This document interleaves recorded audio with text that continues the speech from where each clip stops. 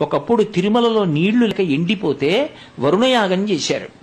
వరుణయాగం చేసిన తరువాత పూర్తయిపోయి స్వామివారిని ఉభయనాంచారుల్ని ఉత్సవమూర్తుల్ని పట్టుకుని గొడుగట్టుకుని స్వామి పుష్కరిణి దగ్గర నుంచి ఆనందనిలయ విమానంలోకి వెళ్ళిపోతుంటే వెనక వస్తున్నటువంటి పత్రికా విలేకరులు పరిహాసం ఆడారు.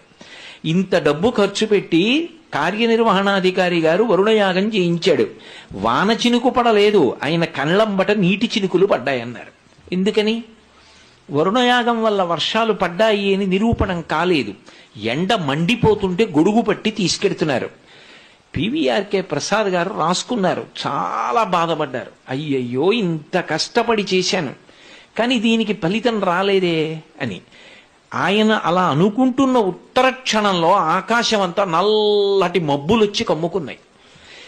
గొడుగు పట్టి స్వామిని తీసుకెడుతున్నారు. ఎంత దూరం పుష్కరిణి దగ్గర నుంచి దేవాలయంలోకి? రాజద్వారం వరకు వర్షంలో తడిసిపోకుండా స్వామిని తీసుకెళ్లడం గొడుగులో సాధ్యం కాదని పరిగెత్తుకుంటూ తీసుకెళ్లిపోవలసి వచ్చింది లోపలికి.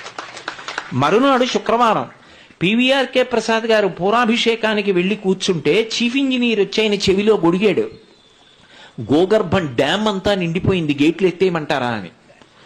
ఒక యాగం అంత వర్షాన్ని కురిపించింది.